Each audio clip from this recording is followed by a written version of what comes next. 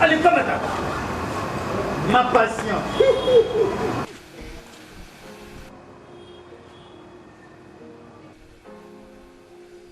Vile loin. Moudi. Yo sakananga? Nanini. Yo kamatanga bolole? Oh. Yo silisaki musala na yo lokola cadre. Et comme on a ta pension, oye la nga enveloppe lokola huissier? Naninga kuna buak sangna sundula bango kuna. O buak sango? Nandenge ni? Boy. Yo, est-ce que oye baka montant cotisation nini patron na yo azako chelo na CNSA? Bon, a déclaré on a grade ni. Ngene yep. Hey.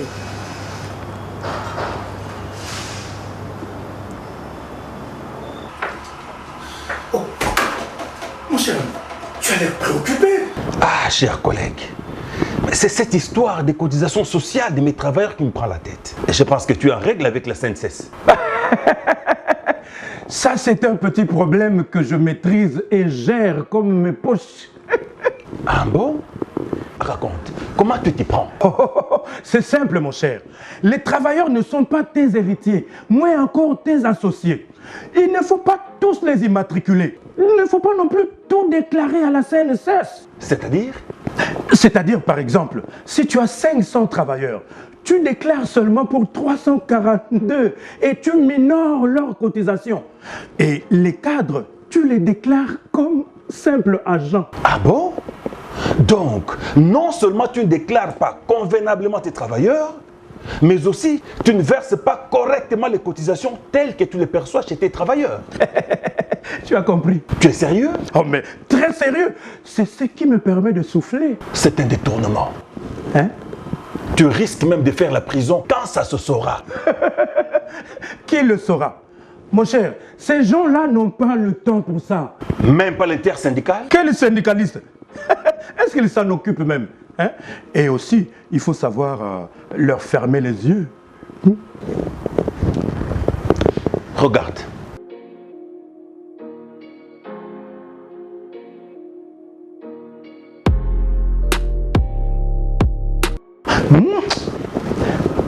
Simple intimidation.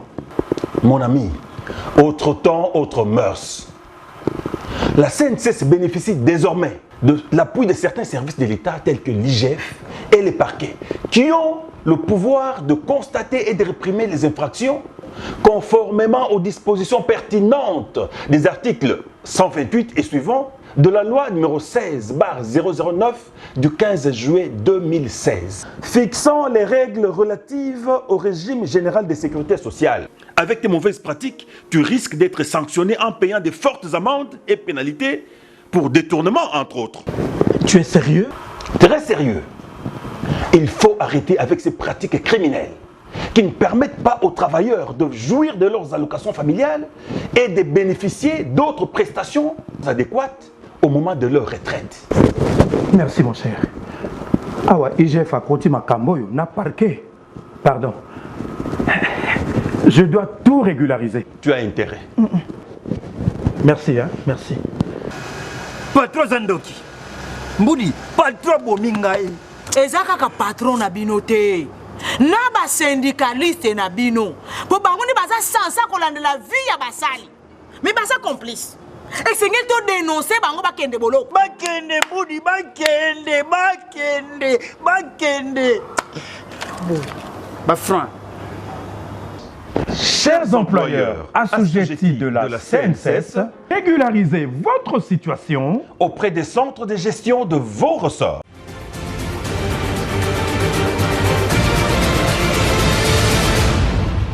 Bonsoir et bienvenue dans cette grande édition du journal. Son éminence Fridolin Cardinal Mbongo Sungu, l'archevêque métropolitain de Kinshasa, invite les peuples des dieux de prendre part à la messe de prière pour la paix dans la partie est du pays. C'est samedi 24 février 2024 en la cathédrale Notre-Dame du Congo. Guigui Zawadi. L'archevêque métropolitain de Kinshasa, Fridolin Cardinal Mbongo, invite tous les prêtres, les abbés, révérendes sœurs, révérends frères et tous les hommes et femmes de bonne volonté, catholiques et non catholiques, à participer à la messe qu'il présidera ce samedi 24 février à la cathédrale Notre-Dame du Congo à 10h. Affirmation faite dans ces communiqués par le secrétaire chancelier de l'archidiocèse de Kinshasa, M. l'abbé Clay Mavemba. Les conflits armés en République démocratique du Congo, qui ont causé des milliers de morts ainsi que des déplacés, perdurent depuis 3 décennies et continuent à endeuiller nos populations. C'est ainsi qu'après avoir plusieurs fois dénoncé cette situation et proposé différentes voies de résolution de ces conflits, les archevêques et évêques, membres de la SENCO, ont l'engagement d'identifier la prière pour la paix. Toutefois, il s'est dénoté que c'est au nom de cet engagement que Fridolin Cardinal Ambongo a demandé de dire à la fin de chaque célébration eucharistique de dimanche la prière spéciale proposée par la SENCO. Cette même situation de l'Est préoccupe le pape François qui vient de lancer aussi un appel poignant à la paix en Afrique. Face à la foule des fidèles rassemblés sur la place Saint-Pierre, le chef de l'Église catholique a exprimé sa profonde préoccupation pour les souffrances infligées aux populations africaines victimes des conflits armés dévastateurs. La situation sécuritaire à l'est de la RDC, la mise en place du premier gouvernement, du second mandat et d'autres questions économiques et sociales étaient au centre du briefing organisé ce jeudi 23 février par les porte-paroles du gouvernement. Le président de la République, Félix Antoine Tshisekedi Tshilombo, était face à la presse. Suivez. C'est jeudi 22 février au studio Maman Angebi de la radio-télévision nationale congolaise. Le président Félix Tshisekedi Tshilombo a pris part à un briefing presse spécial. La situation sécuritaire dans l'Est de la République démocratique du Congo, la mise en place du premier gouvernement de son second mandat, ainsi que d'autres questions d'ordre économique et social étaient au cœur de cette communication du chef de l'État devant la presse tant nationale qu'internationale. Cet échange du chef de l'État avec la presse, organisé par le ministère de la Communication et Médias, était une première depuis sa réélection à la tête du pays. Sur le plan sécuritaire, malheureusement, la réunion demandée ou convoquée par le président João Lourenço et qui nous mettait aux prises avec nos agresseurs, entre autres, celle-là n'a pas donné de résultat parce que chacun a campé sur ses positions. J'ai redit avec force la position qui était celle de la République démocratique du Congo et notre agresseur est parti toujours dans ses manipulations et mensonges habituels. Qu'à cela ne tienne, un autre rendez-vous a été proposé par le président João Lourenço, celui de nous rencontrer séparément. Et donc, si tout va bien, le mardi prochain, je crois, c'est le 27 février, je serai reçu à Luanda par le président João Lourenço, qui, je rappelle, est notre champion de l'Union africaine en matière de paix, et qui a été d'ailleurs désigné officiellement par l'Union africaine pour être le médiateur dans cette crise injuste nous imposée par notre voisin. La question sur la négociation avec les pays en conflit, Félix Tshisekedi répond. Dans un conflit dans lequel les pays témoins, observateurs ne prennent pas part, ils ne peuvent qu'avoir cette position de dire « entendez-vous ». Parce que évidemment, c'est l'idéal, c'est la meilleure des choses. Alors, pourquoi est-ce que la République démocratique du Congo, jusqu'ici, rejette ces négociations ? D'abord, parce que je vous fais un bref rappel, lorsque, au mois d'avril, je pense, si mes souvenirs sont bons, 2022, oui, ça devait être fin avril, à l'occasion de l'entrée officielle de la République démocratique du Congo dans la communauté d'Afrique de l'Est. Face aux accusations selon lesquelles la RDC ne respecte pas l'accord cadre d'Addis Abeba, Félix Tshisekedi a rassuré que la RDC est le seul pays à les respecter. Dans les chapitres liés au sport, le chef de l'État a exprimé sa satisfaction concernant les footballeurs Héritier Luvumbu dont le contrat vient d'être résilié au Rwanda. Des réactions ne cessent de tomber après l'adresse du chef de l'État devant la presse ce jeudi, confirmant qu'il n'y aura pas de dialogue avec le M23. Une position qui peut paraître la bonne étant donné que la patrie est en danger. Note Francis Kalombo, porte-parole de Moïse Katumbi. Pour ce haut cadre de Ensemble pour la République, il serait important d'engager aussi les discussions avec d'autres pays voisins, car le Rwanda n'est pas le seul agresseur de la République démocratique du Congo. Maître Francis Kalombo est au micro de Charlie Moukouba. Si les Rwandais pillent nos minerais, ils ne prennent que des miettes. Mais le gros reste chez nous. Qu'est-ce que nous faisons aussi avec le gros qui nous reste là? On n'arrive pas à développer notre pays, mais nous disons toujours que le Rwanda, en pillant chez nous, développe son pays.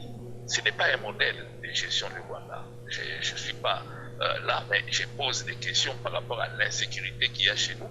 Et vous devez retenir une chose. Le Rwanda a fait croire au monde entier que le Congo était un trou noir, où pour avoir les richesses du Congo, il faut passer par le Rwanda, où vous les aurez facilement. Et c'est comme ça que nous voyons l'Union européenne et tout le monde se retourner là-bas. Commençons par là, gérons bien. Sécurisons les investisseurs. Personne n'ira au Rwanda, les gens viendront directement au Congo et la guerre là va s'arrêter aussi.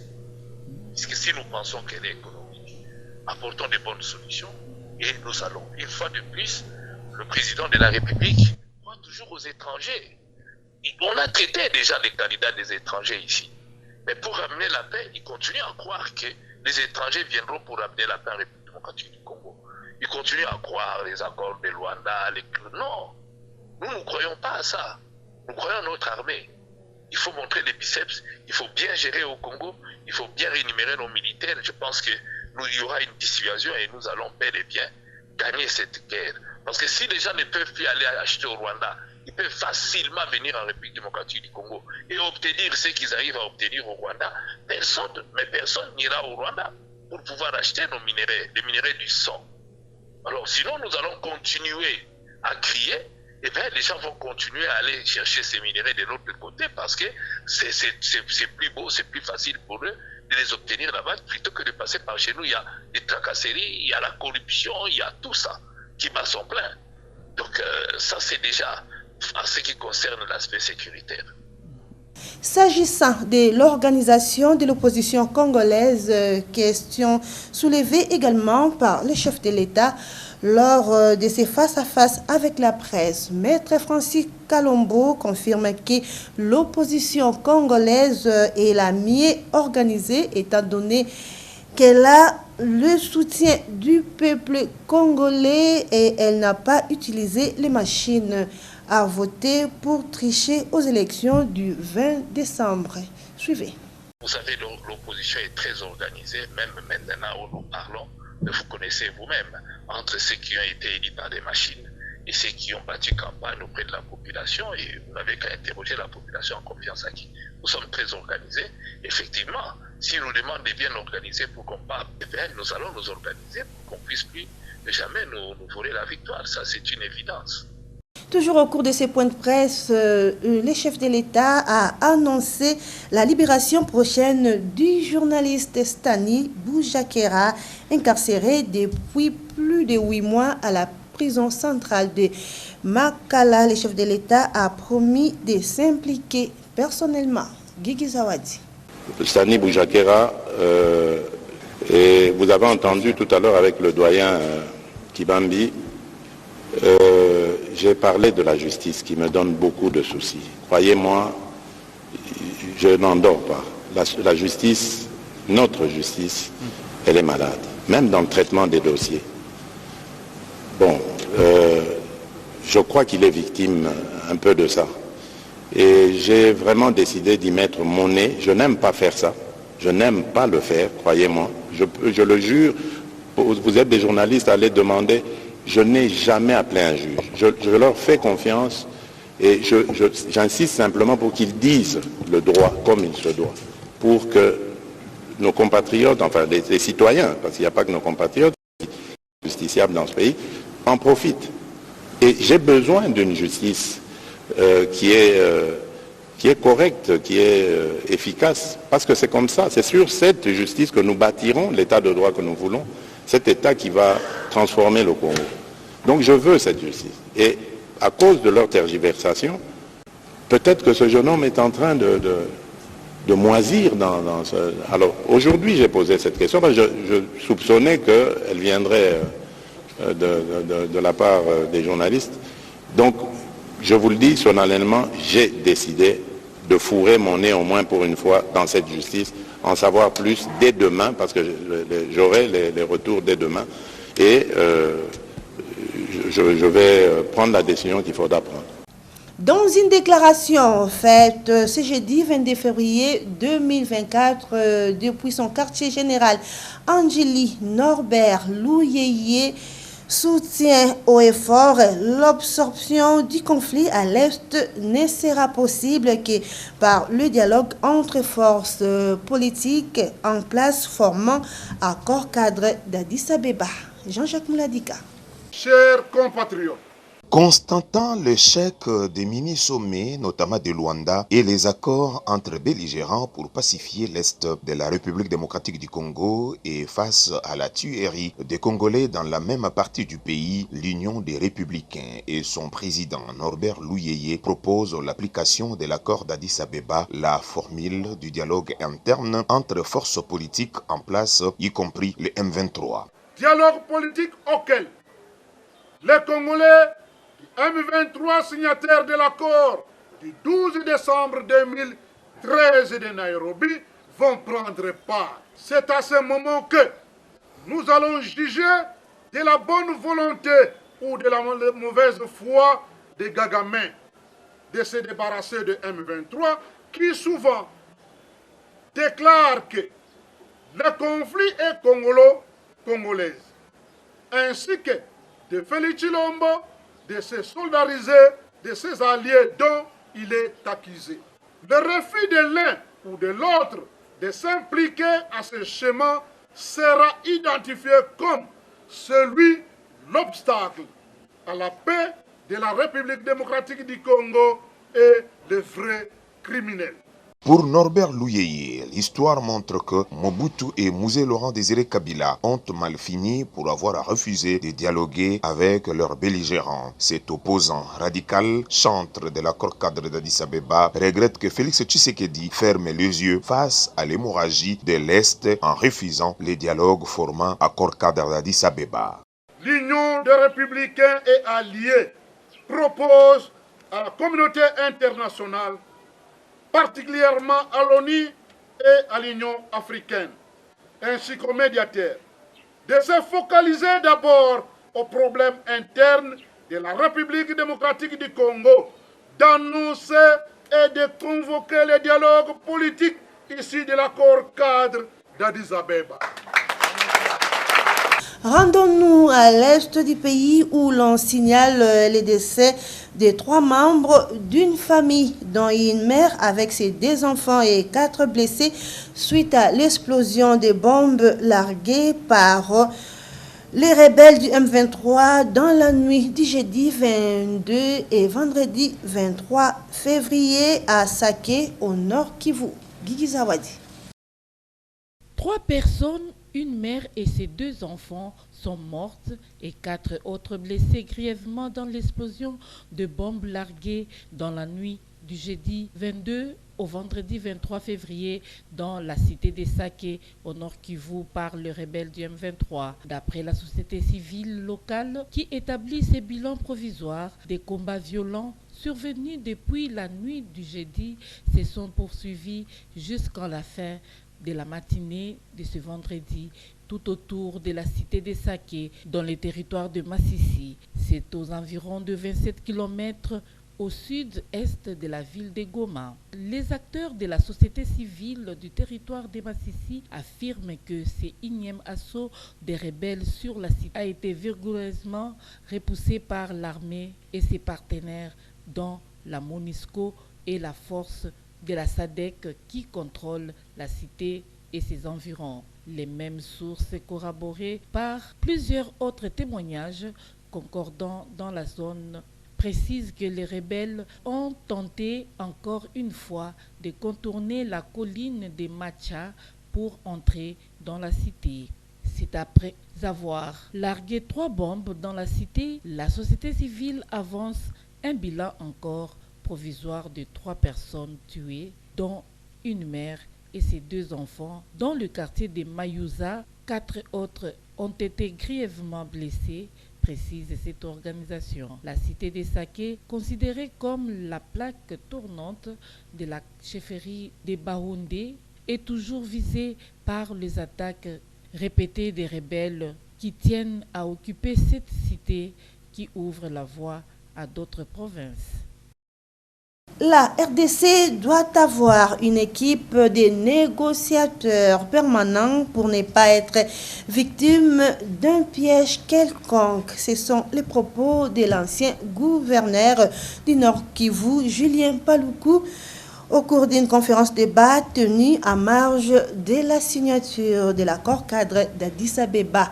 11 ans déjà, une activité organisée par la cohésion sociale et le développement du Code RDC. Julien Paluku est au micro de Brigitte Bondongay.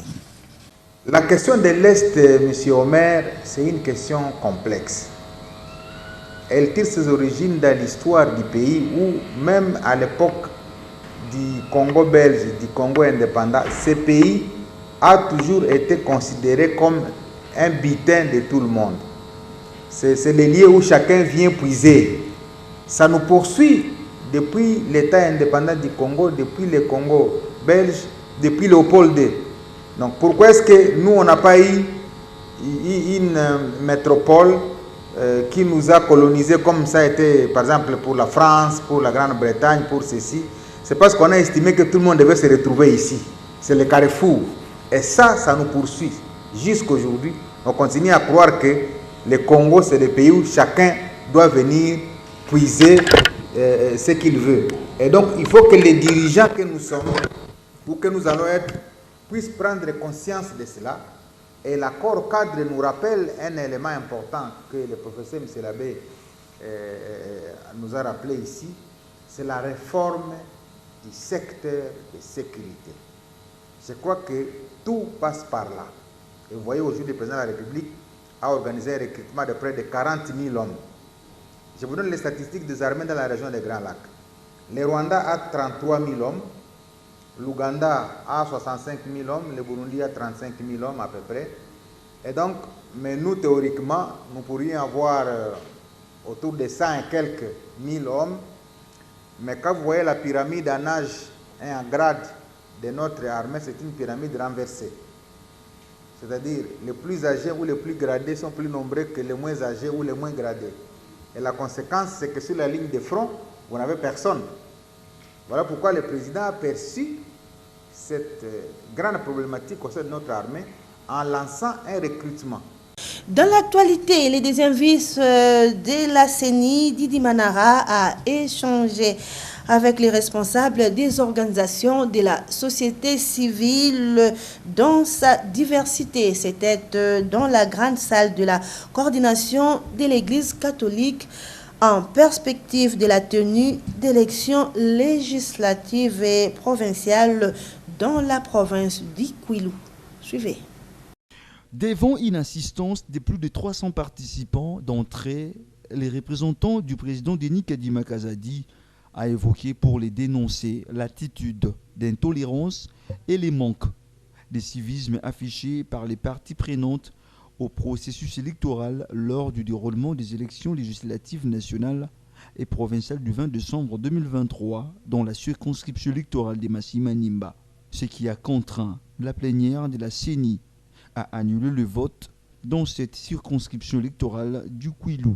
Nous sommes ici une très forte délégation de la centrale électorale à Massimanimba pour un objectif précis, c'est celui de scruter les voies et moyens pour que nous puissions réorganiser les élections ici, parce que le scrutin lui-même a été entaché de beaucoup d'irrégularités. Avant de poursuivre, la population de Massimanimba a compris que sur les 145 territoires, il n'y a que 2 où les élections ont été annulées, c'est-à-dire Masimanimba et Yakoma. Et j'ai senti vraiment que prochainement, avec l'appui de toute la population, nous pouvons aller de l'avant. Dans une prédisposition de pallier efficacement les problèmes, le deuxième vice-président de la centrale électorale a résolu de prêcher par l'exemple, déférant ainsi les agents locaux de la centrale électorale impliqués dans cette forfaiture devant la justice. Nous avons pris des décisions assez sévères. Voilà pourquoi, maintenant que je vous parle, le procureur de la République, qui a été commis pour connaître de ces infractions, est en train de les écouter. Et ce qui fait la joie à toute la population de Masimanimba, que la CENI puisse prendre des décisions idoines pour que les choses se passent au mieux lorsque nous reviendrons pour organiser les futures élections. La partie interactive s'est déroulée dans une ambiance conviviale qui a permis aux participants de s'exprimer librement en vue de mettre en avant, en toute objectivité, les mots qui ont miné le déroulement des scrutins annulés, notamment l'intolérance, les manques de civisme, la faible sensibilisation de la population, la non-implication des parties prenantes dans les étapes majeures du processus et la désinformation de certains médias locaux.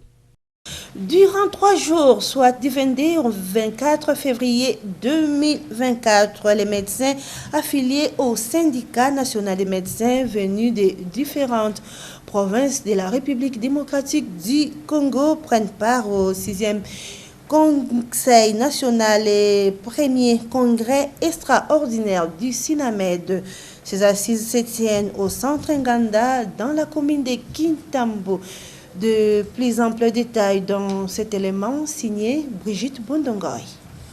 Le SINAMED Asbel a l'air des réformes conséquentes pour un leadership syndical fort, responsable et réaliste. C'est le thème choisi au cours de ce 6e Conseil national et premier congrès extraordinaire ouvert ce jeudi 22 février 2024 au centre Nganda en Kintambo.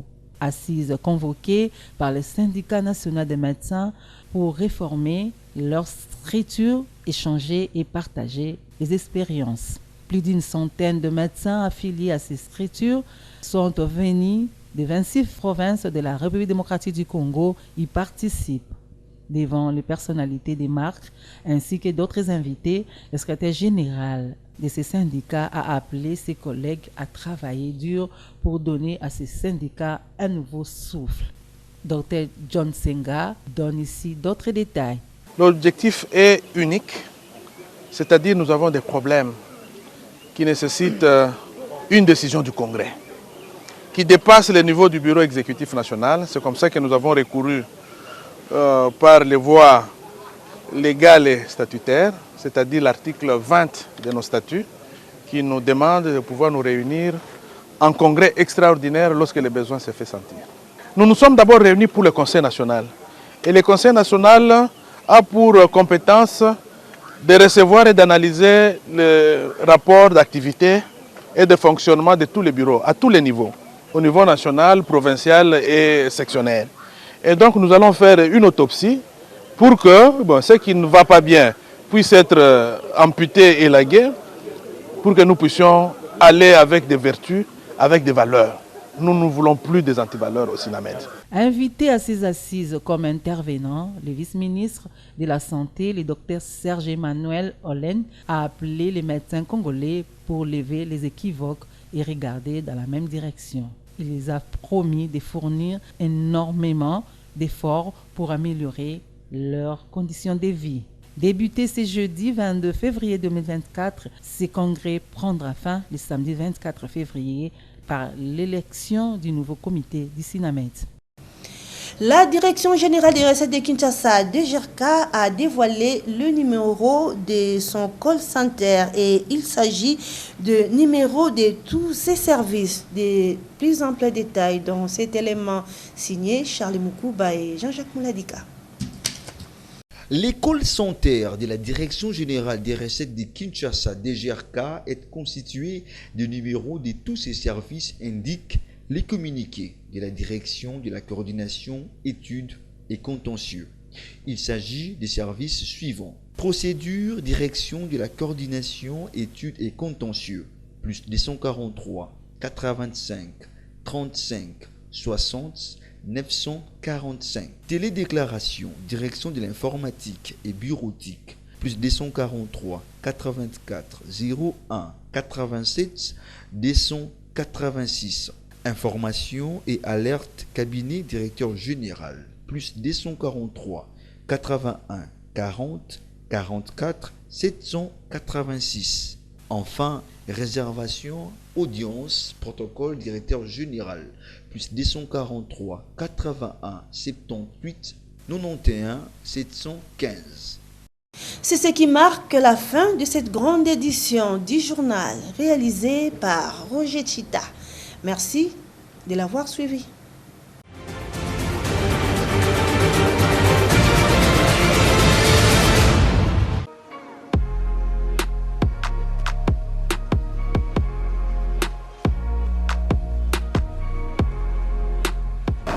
Allez, comme ça. Ma passion.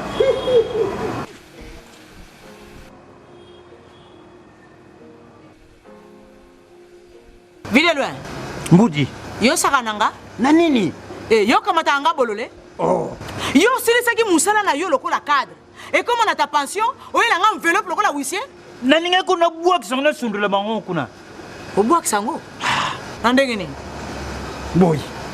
Yo est-ce que oyebaka montant cotisation nini patron na yo azako chelo na CNSS? Bo a déclaré on a grade ni. Ngene je. Hey.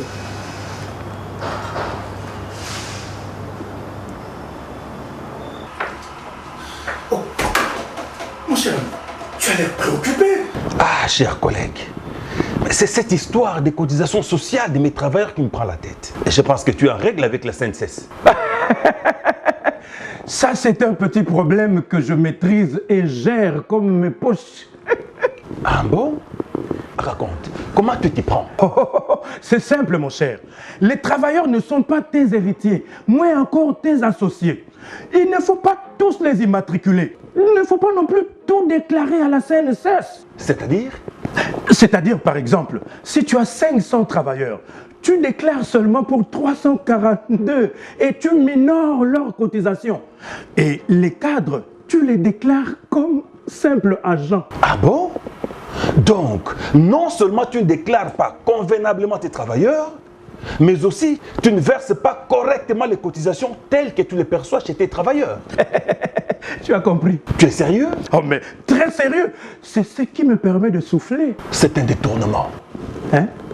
Tu risques même de faire la prison quand ça se saura. Qui le saura? Mon cher, ces gens-là n'ont pas le temps pour ça. Même pas l'intersyndical? Quel syndicaliste? Est-ce qu'ils s'en occupent même? Hein? Et aussi, il faut savoir leur fermer les yeux. Regarde.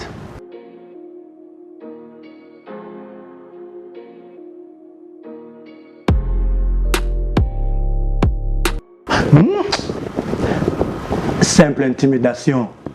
Mon ami, autre temps, autre mœurs. La CNSS bénéficie désormais de l'appui de certains services de l'État tels que l'IGF et les parquets, qui ont le pouvoir de constater et de réprimer les infractions conformément aux dispositions pertinentes des articles 128 et suivants de la loi numéro 16/009 du 15 juillet 2016, fixant les règles relatives au régime général de sécurité sociale. Avec tes mauvaises pratiques, tu risques d'être sanctionné en payant de fortes amendes et pénalités pour détournement, entre autres. Tu es sérieux? Très sérieux. Il faut arrêter avec ces pratiques criminelles qui ne permettent pas aux travailleurs de jouir de leurs allocations familiales et de bénéficier d'autres prestations adéquates au moment de leur retraite. Merci mon cher. Ah ouais, IGF a continué ma camboyo, n'a parqué. Pardon. Je dois tout régulariser. Tu as intérêt. Merci, hein, merci. Patron Zandoki. Mbudi, patron Bomingaï. Ezaka ka patron na bino te. Na ba syndicaliste na bino. Po bango ni baza sansa kolanda la vie ya basali. Mais baza complice. esengeli todénonce bango bakende boloko. Bakende budi, bakende. Bon, Franc. Chers employeurs assujettis de la CNSS, régularisez votre situation auprès des centres de gestion de vos ressorts.